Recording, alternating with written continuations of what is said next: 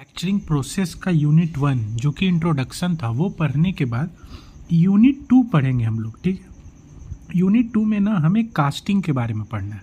ठीक है, तो सबसे पहला जो टॉपिक है ना वो है कि कास्टिंग का इंट्रोडक्शन, कि कास्टिंग होता क्या है। तो बहुत ही आसान भाषा में मैंने लिखा है। ठीक है, कास्टिंग क्या होता है और इसे हम समझते हैं। जो भी मैंने लिखा है ना उसे मैं समझाता हूँ।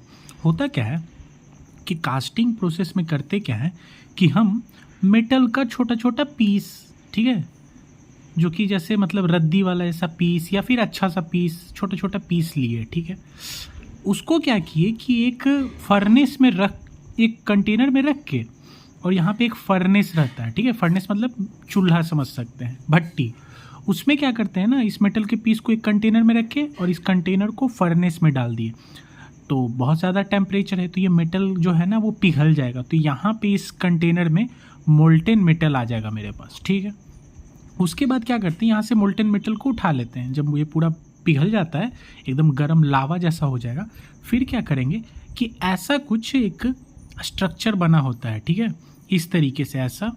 ठीक है, ऊपर में बहुत बड़ा इसका वो ओपनिंग जो होता है माउथ का वो ज़्यादा बड़ा होता है। ठीक है, फिर उसके बाद तो इस तरीके का ओपनिंग बना रहता है, उसमें ये मोल्टेन मेटल को गिराते हैं। मोल्टेन मेटल गिरता है फिर नीचे आता है। यहाँ पे इसका जो एरिया है वो थोड़ा सा ऐसे घटता है। ठीक है, ऊपर में एरिया ज़्यादा बड़ा रहता है, ये वाला एरिया ज़्यादा बड़ा है, ये वाला कम है। मोल्टेन मेटल आया, फिर यहाँ पे आया, यहाँ से ऐसे ऐसे बहा बहा बहा और यहाँ पे एक कैविटी बनाते हैं। ठीक है, कैसे बनाते हैं और इसमें और भी बहुत सारे स्ट्रक्चर रहते हैं, वो डिटेल्स में बाद में देखेंगे। हम एक रफ आइडिया समझ रहे हैं कि कास्टिंग होता क्या है। एक कैविटी मतलब एक ढांचा, या एक ढांचा नहीं बोलिए, एक छेद रहेगा यहाँ पे। ठीक है, ठीक है, उसमें क्या होता है, ये मोल्टेन मेटल जाके जमा होता है और जमा होने के बाद पूरा भर जाता है। ठीक है, यहाँ से लगातार मोल्टेन मेटल डालते रहते हैं। जब पूरा भर गया, ठीक है, एक और राइजर भी लगाते हैं ऊपर। ठीक है, राइजर लगाने का फ़ायदा है कि 2-3 फ़ायदे हैं।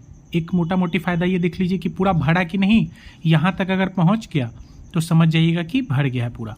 ठीक है, ऐसे पता नहीं चलेगा ना क्योंकि बंद रहेगा, इसके अगल बगल में बालू रहता है, सैंड। तो अगर इसमें मोल्टेन मेटल डाले, आके जमा हो गया और ये थोड़े टाइम के बाद सॉलिडिफाई हो जाएगा, मतलब ठोस हो जाएगा। और ठोस हो जाता है तो फिर ये बालू सैंड वैंड हटा के निकाल लेते हैं। फिर इसको यहाँ से कट कर दिए, यहाँ से कट कर दिए और ये पीस मेरा बन के तैयार हो गया। तो मोटा मोटी इसी तरीके से बनाते हैं।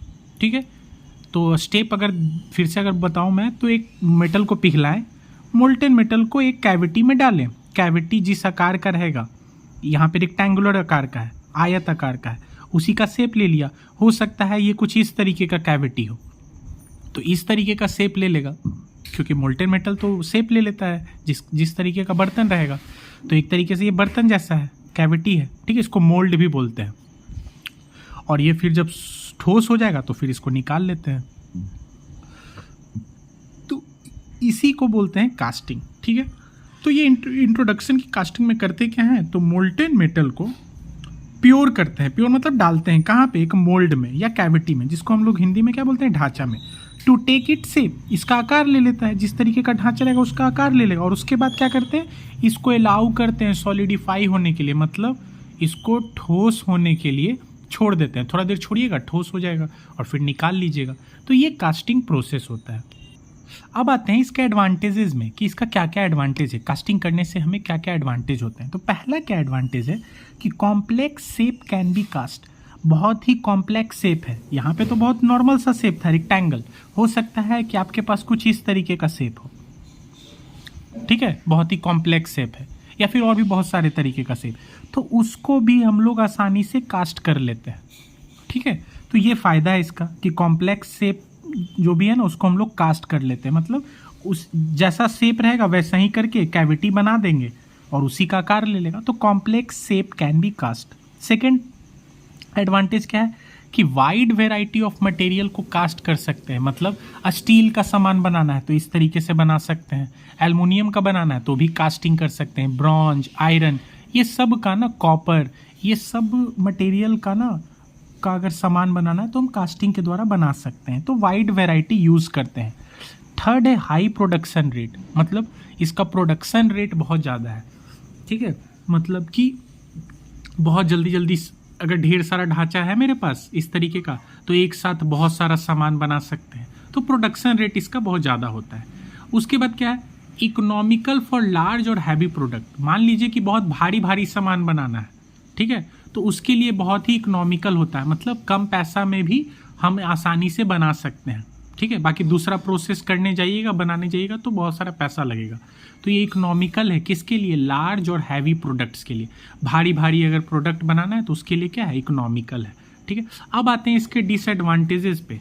ये तो एडवांटेज देख लिया, अब डिसएडवांटेज क्या क्या होते हैं। तो देखिए डिसएडवांटेज का बात करें तो कास्टिंग जब करेंगे ना, मतलब इस तरीके का कैविटी बना के और इसमें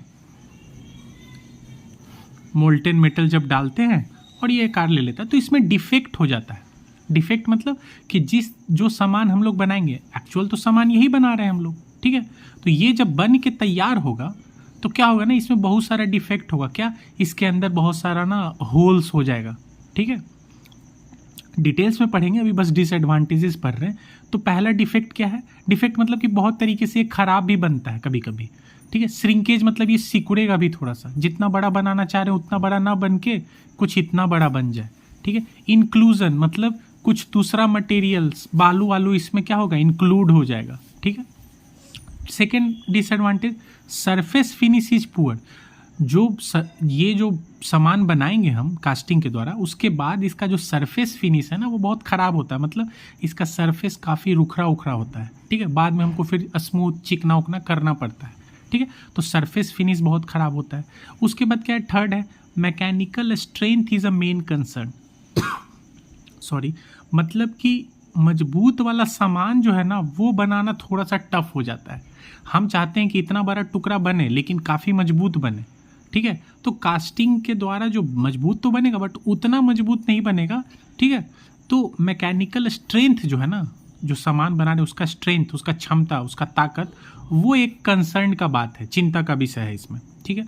फिर उसका अगला डिसएडवांटेज है इन्वायरमेंटल कंसर्न, मतलब कि पर्यावरण के दृष्टि से देखिएगा ना तो एक बहुत ही दिक्कत वाला चीज़ है। पॉल्यूशन होगा क्योंकि हम लोग फर्नेस का यूज़ कर रहे हैं, भट्टी का यूज़ कर रहे हैं, तो गैसेज निकलेंगे, ठीक है। उसके बाद मोल्टेन मेटल पिघलेगा तो उससे भी गैसेज निकलेंगे। तो ये सब चीज़ इन्वायरमेंटल के हिसाब से कंसर्न है, ठीक है। उसके बाद अगला है डिसएडवांटेज कि सेफ्टी इशू होगा। सेफ्टी किस चीज़ को, भाई हम मोल्टेन मेटल मतलब का यूज़ कर रहे हैं, मतलब पिघला हुआ मेटल का, तो पिघला हुआ मेटल तो पूरा गर्म होगा, तो उसको हैंडल करने में, ठीक है, बहुत दिक्कत होगा। अगर वो किसी के बॉडी पे गिर जाए तो बहुत सारा प्रॉब्लम है, ठीक है।